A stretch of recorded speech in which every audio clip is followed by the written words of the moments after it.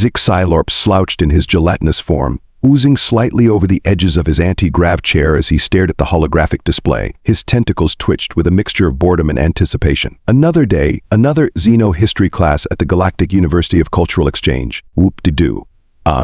Today, class chirped Professor Klicknick, her mandibles clacking excitedly. We have a special treat. Our esteemed transfer student from Earth will be giving a presentation on key moments in human history. A collective groan rippled through the classroom, causing several of the more gaseous students to emit noxious fumes of discontent. Zixilorp's best friend, a crystalline being named Sparkletron, leaned over and whispered, "Great, just what we need. Another lecture from the walking disaster magnet." Zixilorp burbled in agreement. "I know, right? What's he gonna do? Bore us to death with tales of how they invented the wheel? Oh, so impressive." At the front of the class, Jake Stevens, the sole human student, stood up. He was of average height for his species, which meant he towered over most of his alien classmates. His unruly mop of brown hair seemed to defy the laws of gravity, much like everything else about humans defied the laws of common sense. "Hey, everyone," Jake said, waving awkwardly. I'm going to talk about some important moments in Earth's history. Try not to fall asleep." "Okay." Zixilorp rolled all 7 of his eyes. "Too late," he muttered, causing Sparkletron to emit a tinkling laugh that sounded like wind chimes in a hurricane. Jake cleared his throat and began his presentation. "So, let's start with ancient history. One of the earliest major conflicts was the Trojan War, which lasted about 10 years. Professor Klicknick interrupted, her antennae twitching in confusion. "Excuse me, Jake, but did you say 10 years? Surely you mean 10 days. Jake shook his head. "Nope, 10 years. Give or take. Historical records are a bit fuzzy." The class erupted in a cacophony of shocked noises. Zixilorp's gelatinous body rippled with disbelief. 10 years. What were they fighting over? The last slice of pizza. Jake chuckled.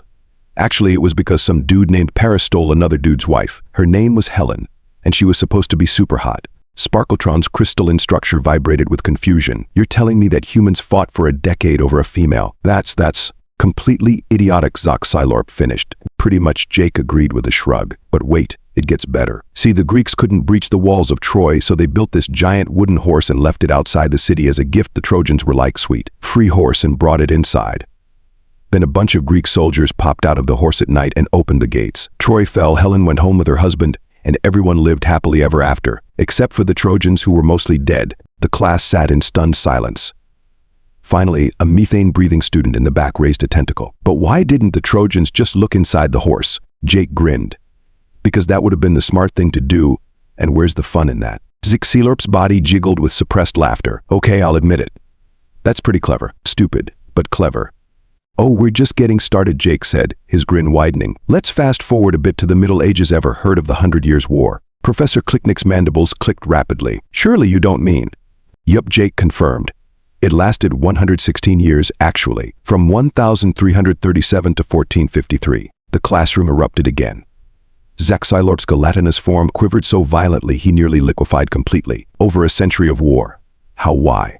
What could possibly be worth fighting over for that long? Jake's expression turned sheepish.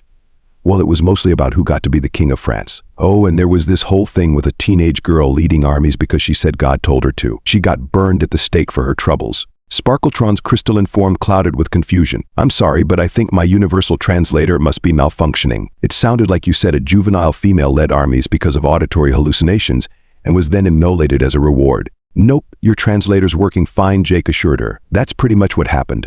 Her name was Joan of Arc, and we consider her a national hero now." Zixilorp oozed onto his desk in exasperation. "Let me get this straight. You humans will fight for over a century about who gets to wear a fancy hat, and you turn insane, crispy teenagers into heroes. How are you not extinct?" Jake shrugged. "Sheer dumb luck, mostly. Also, we're really stubborn." Professor Klicknick, who had been unusually quiet, finally spoke up. "Jake, while this is fascinating, I must ask, is all of human history just an endless series of wars?" Jake scratched his head thoughtfully. "Well, not endless. We occasionally take breaks to invent stuff, like better ways to fight wars." The class groaned collectively. Zixilorp reformed himself into a vaguely upright position. "Okay, Deathworlder, hit us with your best shot. What's the craziest war humans ever fought?" Jake's eyes lit up. "Oh, that's easy. The Emu War of 1932. Sparkletron tilted her crystalline head. "Emu. Is that some sort of super weapon?" "Nah," Jake said, trying to keep a straight face. "It's a big, flightless bird. Kind of like an ostrich, but meaner." The class fell silent, waiting for the punchline. When none came, Zixilorp ventured, "You're joking, right? Please tell me you're joking." Jake shook his head, barely containing his laughter. Nope, dead serious. See, in Western Australia, there were these emus that were causing havoc for farmers. So naturally, the government decided to send in the military to deal with the problem. Professor Klicknick's antennae drooped in disbelief. You sent your armed forces to fight birds. Yup, Jake said cheerfully. They sent a detachment armed with Lewis guns. You know, the same kind used in World War I against birds. Zixilorp's gelatinous body rippled with a mixture of amusement and horror. Please, for the love of all that's gelatinous, tell me the humans won. Jake's grin widened. Well, funny story about that. The entire class leaned forward in anticipation. We lost. Chaos erupted in the classroom. Students were laughing, crying, and in some cases spontaneously molting. Zixilorp had completely lost control of his form and was now a puddle on the floor, bubbling with hysterical laughter. Jake waited for the commotion to die down before continuing. Yeah, it turns out emus are surprisingly resilient and really good at scattering and regrouping. After a week, we'd only managed to kill about 50 of them, despite using nearly 10,000 rounds of ammunition. Sparkletron's crystalline form was vibrating with suppressed laughter. So, let me get this straight. Your species, which has fought wars lasting decades and centuries, couldn't defeat a bunch of oversized chickens in a week. Pretty much, Jake admitted. The commanding officer's official report said, and I quote, "If we had a military division with the bullet-carrying capacity of these birds, it would face any army in the world. We literally complemented the tactical prowess of our avian enemies." Professor Klicknick, who had been silent for a while, finally spoke up. Jake, while this is all very entertaining, I must ask, have humans ever engaged in any conflicts that didn't involve absurd time spans or ridiculous opponents? Jake's expression turned serious for a moment. Oh sure, we've had plenty of those. World War I, World War II, the Cold War, those were global conflicts that shaped the course of our history. The class sobered up a bit, sensing the shift in tone. World War II in particular was a turning point for humanity, Jake continued. It involved most of the world's nations, formed two opposing military alliances, and lasted from 1939 to 1945. It was the deadliest conflict in human history, with an estimated 70 to 85 million fatalities. The stunned silence that followed was palpable. Even Zixilorp, who had been a literal puddle of laughter moments ago, reformed into a somber shape. That's unimaginable, Sparkletron whispered, her crystalline structure dimming. Jake nodded solemnly. It was a dark time in our history, but it also led to unprecedented cooperation between nations, technological advancements, and a determination to prevent such large-scale conflicts in the future. Professor Klicknick's antennae drooped. I had no idea. How did your species recover from such devastation? Jake's serious expression slowly morphed into a grin. Well, you see, that's the thing about humans. We're incredibly resilient and slightly insane. Zixilorp, who had been uncharacteristically quiet, spoke up. What do you mean? Well, Jake said, his eyes twinkling with mischief.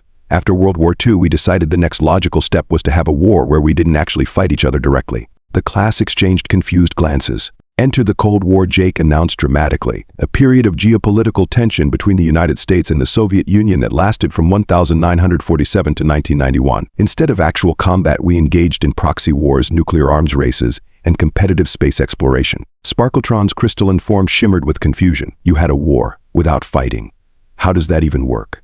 Jake chuckled. Oh, we still fought. We just got creative about it.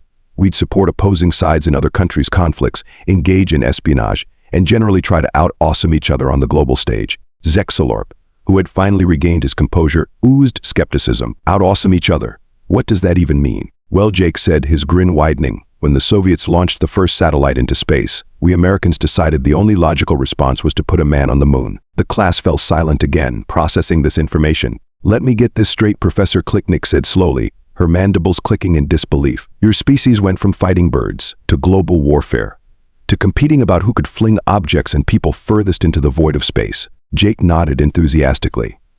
Yup, and let me tell you, nothing says we're better than you like planting a flag on a celestial body. It's like the ultimate game of King of the Hill, but the hill is 238,900 miles away and made of cheese. Zixilorp's gelatinous form rippled with a mixture of amusement and awe. You humans are absolutely insane. You know that, right? Oh, we're well aware, Jake assured him. But here's the kicker, all that insanity, all those conflicts and competitions, they've driven us to achieve some pretty incredible things. He gestured to the advanced technology surrounding them in the classroom. A lot of the tech we use today, even some of the stuff that got us into space and allowed us to join the galactic community, came from advancements made during these periods of conflict and competition. The class murmured in reluctant admiration. But wait, Sparkletron interjected, her crystalline form glinting with curiosity. If your history is so full of conflict, how did you manage to become part of the galactic community? Surely such a Volatile species would be considered too dangerous. Jake's grin turned a bit sheepish. Well, funny story about that. The entire class groaned in unison, anticipating another outlandish tale. When the first alien delegation arrived on Earth, they kind of caught us in the middle of a global paintball tournament. Professor Klicknick's antennae twitched in confusion. Paintball? Is that some sort of diplomatic ritual? Jake burst out laughing. Not exactly. It's a game where we shoot each other with pellets filled with paint, for fun. The class erupted in a mixture of laughter, disbelief, and in some cases, concerned gurgling. So there we were, Jake continued, wiping tears of mirth from his eyes, covered in various colors of paint, wielding what looked like weapons but were actually just glorified toys. When this massive spaceship descends from the sky, Zexalorp, who had been steadily liquefying throughout the presentation, managed to form a mouth-like orifice. Please tell me you didn't try to shoot the aliens with paint. Jake's silence was answer enough. You didn't, Sparkletron whispered, her crystalline form clouding with second-hand embarrassment. In our defense, Jake said, holding up his hands, we thought it was part of the game. Some elaborate new challenger or something. How were we supposed to know it was first contact? Professor Klicknick's mandibles were clicking so rapidly they sounded like a malfunctioning computer. But, protocol, diplomatic procedures. Jake shrugged. Yeah, we kind of threw those out the window. Instead of a formal meeting with world leaders, the first interaction between humans and aliens was a group of paint-covered lunatics charging at a spaceship, yelling battle cries and shooting colorful pellets. The class was in an uproar. Some students were laughing so hard they were changing states of matter, while others seemed to be questioning their life choices that led them to this moment. Surprisingly, Jake continued, raising his voice over the commotion. The aliens found it hilarious. Turns out, a species crazy enough to make a game out of mock warfare was exactly what the galactic community needed to shake things up a bit. Zexalorp, who had finally managed to pull himself together, literally oozed curiosity. So you're telling us that your history full of actual wars and conflicts didn't disqualify you from joining the galactic community, but a fake war game is what got you in? Jake nodded, barely containing his laughter. Ironic, isn't it? All those years of technological advancement driven by real conflicts, and what ultimately bridged the gap between us and alien civilizations was our ability to turn warfare into a ridiculous game. Professor Klicknick, who seemed to have finally regained her composure, cleared her throat or whatever the insectwood equivalent was. Well, Jake, I must say this has been a most enlightening presentation. I don't think any of us will ever look at human history quite the same way again. Or birds, Zexalorp added, eliciting another round of laughter from the class. Jake took a mock bow. Happy to expand your horizons. Just remember, the next time you think humans are being irrational or crazy, we're probably just warming up. As the class began to dismiss, still buzzing with conversation about the presentation, Sparkletron approached Jake. I have to ask, she said, her crystalline form shimmering with curiosity. After all these wars and conflicts in your history, how do you humans maintain hope for the future? Jake's expression softened. That's a great question. I think it's because, despite all our flaws and our capacity for conflict, we also have an incredible capacity for resilience, innovation, and yes, even peace. Each war taught us something, each struggle made us stronger, and each mistake showed us a better path forward. He gestured to the diverse group of alien students around them. Look at us now. We're in a classroom with species from all corners of the galaxy, learning from each other, understanding our differences, and finding common ground. That's the kind of future we've always hoped for, even in our darkest times. Sparkletron's crystalline form shimmered with a warm glow. That's surprisingly profound. Jake, I didn't expect such wisdom from a species that lost a war to birds. Jake laughed, a hearty sound that echoed through the now emptying classroom. Hey, those emus fought dirty. But seriously, it's all part of the human experience. We laugh, we cry, we fight wars with poultry, and somehow we keep moving forward. Zexalorp, who had been eavesdropping, not that he could help it, being a semi-amorphous blob, oozed closer. I hate to admit it, but I'm starting to see why the galactic community was so eager to have you humans join. You're like a cosmic reality show that never stops entertaining. Glad we could spice up your intergalactic cable package, Jake quipped, giving Zexalorp a gentle pat that sent ripples through his gelatinous form. Professor Klicknick, who had been tidying up her teaching materials, turned to Jake with a mandible click that somehow conveyed both exasperation and admiration. Mr. Stevens, while your presentation was unconventional, to say the least, I must commend you on your ability to engage the class. I don't think I've ever seen Zexalorp pay attention for more than 5 minutes without trying to osmose through the floor. Zexalorp had the decency to look embarrassed, which for a gelatinous being meant turning a slightly darker shade of translucent. Thanks, Professor, Jake said, beaming. I figured if I had to relive the embarrassing parts of human history, I might as well bring everyone along for the ride. As the small group made their way out of the classroom, they found themselves surrounded by curious classmates, all eager to ask Jake more questions about human history. Is it true that humans once believed the Earth was flat? Chirped an avian student, her feathers ruffling with excitement. Jake scratched his head. Well, yes and no. It's complicated. Some people still believe that actually. We call them flat earthers. They're like the cosmic joke that keeps on giving. A gaseous entity student wafted closer, its voice coming out as a series of melodious whistles. I heard that humans have fought wars over plant leaves soaked in hot water. Is that accurate? Ah, you must be talking about the Boston Tea Party, Jake said, grinning. It wasn't exactly a war, more like a very angry, very wet protest. But it did help kick off the American Revolution, so yeah, I guess we kind of did fight a war over tea. The group had made its way to the university's central atrium, a massive space filled with holographic displays of various galactic phenomena. Jake found himself at the center of a growing crowd of alien students, all hanging on his every word. Sparkletron, who had been quietly processing everything she'd learned, suddenly spoke up. Jake, there's something I don't understand. With all this conflict in your history, all these wars and battles, how did humans not destroy themselves before reaching the stars? A hush fell over the crowd. It was a question that had been on many of their minds, but none had dared to ask so bluntly. Jake's usual grin faded, replaced by a more thoughtful expression. That's a fair question, Sparkletron. And to be honest, we came close a few times. The Cold War one mentioned earlier, it nearly went hot several times. And if it had, it could have been the end of our civilization. He paused, looking up at a holographic display of the Milky Way galaxy slowly rotating above them. But here's the thing about humans. For every moment of conflict in our history, there's also a moment of incredible cooperation and achievement. Jake started pacing, his voice taking on a passionate tone that drew his alien classmates even closer. When we fought World War II, it was horrible, yes. But it also led to the formation of the United Nations, an organization dedicated to maintaining international peace and security. The space race between the US and the Soviet Union. It was born out of conflict, but it led to some of the greatest scientific advancements in our history. We went from barely being able to fly to walking on the moon in less than 70 years. Zexylorp, who had been uncharacteristically quiet, spoke up. But how did you overcome the urge to just blow each other up? No offense, but your species seems to have a knack for finding new and creative ways to fight. Jake chuckled. No offense taken, you're not wrong. But here's the secret. For every weapon we've created, we've also created art, music, literature, and philosophy that reminds us of our shared humanity. He gestured to his diverse group of classmates, and when we finally made it to the stars and met all of you, it gave us a whole new perspective. Suddenly, our earthly conflicts seemed small in the face of a vast, complex galaxy. A multi-limbed student with compound eyes raised one of its appendages. But surely your warlike tendencies must have caused concern among the galactic community. How did you convince everyone that you weren't a threat? Jake's grin returned, a mischievous glint in his eye.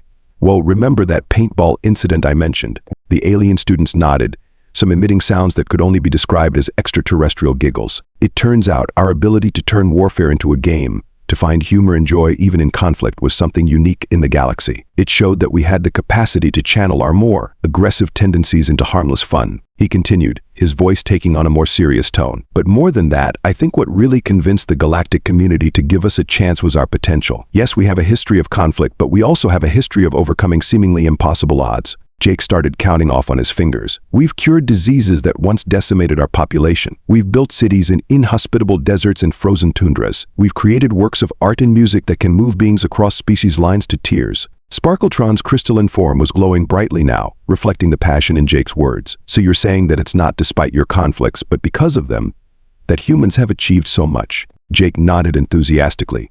Exactly. Every challenge we've faced, every war we've fought, every obstacle we've overcome has taught us something new about ourselves and pushed us to be better. He looked around at the alien faces and other sensory organs surrounding him. And now that we're part of the galactic community, we have even more reason to keep pushing forward. We want to prove that we deserve our place among the stars. Zexylorp, who had been slowly oozing upward to get a better view, suddenly lost cohesion and splattered back to the floor. As he reformed, he said, "You know, Jake, I think I finally understand why they call your planet a death world. It's not just because of the environmental hazards or the dangerous fauna." Jake raised an eyebrow. "Oh, do tell." Zexylorp continued, his gelatinous form rippling with excitement. "It's because you humans have faced death so many times in so many ways that you've become, well, kind of friends with it.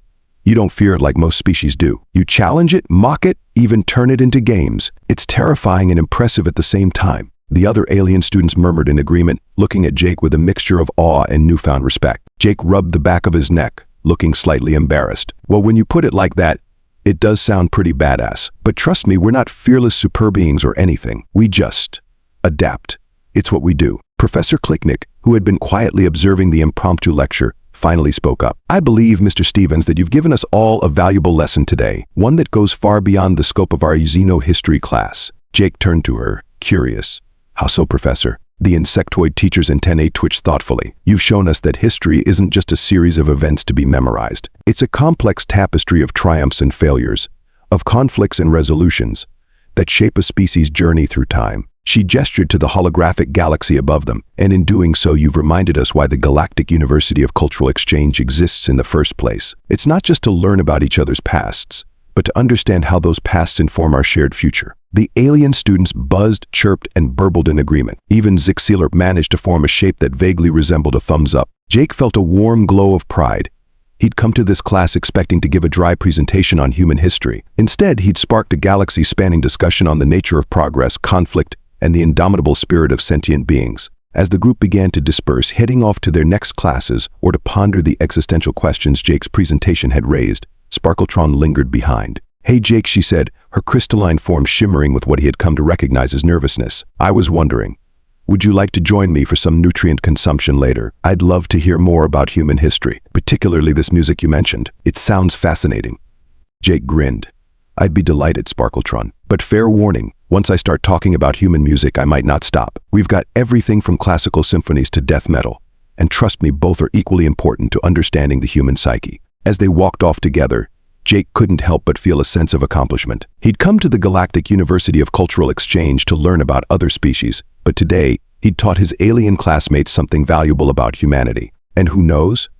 Maybe the next time Earth faced a crisis, they'd have some gelatinous crystalline or multi-limbed allies ready to lend a hand or pseudopod or energy tendril. After all, if humanity's history had taught them anything, it was that the most unlikely alliances often led to the greatest victories. And in a galaxy full of wonders and potential threats, having friends who understood your species' penchant for turning warfare into water balloon fights could only be a good thing. As Jake and Sparkletron disappeared around a corner, their laughter echoing through the atrium, Professor Klicknick found herself smiling, or at least performing the insectoid equivalent. She made a mental note to update the curriculum. Clearly, the chapter on human history needed some serious revision. And possibly a warning label: caution, contents may cause uncontrollable laughter, existential crises, and a sudden desire to visit a planet full of war-loving, bird-fighting, paintball-obsessed Deathworlders. After all, in a galaxy full of wonders, humanity might just be the most wondrous of them all. As the days turned into weeks at the Galactic University of Cultural Exchange, Jake's impromptu history lesson had far-reaching effects. Word spread quickly through the campus about the fascinating and terrifying Deathworlders known as humans. Study groups formed to delve deeper into Earth's history, with alien students poring over accounts of everything from the Punic Wars to the Cola Wars, the latter causing particular confusion among the non-carbonated species. Jake found himself bombarded with questions at every turn, becoming an unofficial ambassador for humanity's weird and wonderful past. Zixilor, much to everyone's surprise, developed a particular fascination with human sports. He could often be found attempting to explain the rules of cricket to bewildered classmates, his gelatinous form contorting into rough approximations of batting stances. Sparkletron, true to her word, dove headfirst into the world of human music. She took to carrying around a small sound emitter, treating or subjecting, depending on one's perspective, her fellow students to an eclectic mix of everything from Beethoven to Beyonce. Her crystalline form would vibrate in time with the beat, creating impromptu light shows in the university hallways. Even Professor Klicknick got in on the action. She revised her entire curriculum, integrating human history as a central theme to explore the complex interplay between conflict, innovation, and progress across galactic cultures. Her classes became the most popular on campus, with waiting lists stretching light years. As for Jake, he found himself with a newfound appreciation for his own species' history. Seeing it through the eyes of his alien classmates gave him a fresh perspective on humanity's journey from warring tribes to star-faring civilization. One evening, as he sat with his now close friends Zixilor and Sparkletron in the university's zero-gravity lounge, Jake reflected on how far they'd all come. "You know," he said, lazily spinning in the air, "when I first came here, I was worried about fitting in. I mean, how could a Deathworlder possibly relate to all you advanced, peaceful species?" Zixilor burbled a laugh, his amorphous form spreading out in the zero-G environment like a gelatinous star. "And we were worried you might try to conquer the university as soon as you arrived. Funny how things work out, isn't it?" Sparkletron, who was refracting the lounge's soft lighting into a dazzling display, chimed in. "I think we've all learned an important lesson. Every species has its quirks, its dark chapters, and its moments of glory. It's not about being perfect, it's about striving to be better." Jake nodded, a warm smile spreading across his face. "Couldn't have said it better myself. And who knows? Maybe one day we'll all look back on this time as a pivotal moment in galactic history. The day when a bunch of alien students learned that even the most warlike species can become friends, given enough time and a shared love of ridiculous sports. As if on cue, a notification chimed on their comm devices. It was a message from Professor Klicknick. Attention students. In light of recent cultural exchanges, we will be holding our first ever intergalactic paintball tournament next week. All species welcome. Protective gear mandatory. Emu riding strictly prohibited. The three friends looked at each other, burst into laughter, and began excitedly planning their strategy. As they did, Jake couldn't help but think that maybe, just maybe, humanity's penchant for turning everything into a game wasn't such a bad trait after all. In a galaxy full of differences, it turned out that the ability to laugh at oneself and occasionally pelt your friends with paint was a universal language. And if that wasn't a victory for interstellar peace, Jake didn't know what was. Or perhaps, just the beginning of a beautifully chaotic galactic friendship.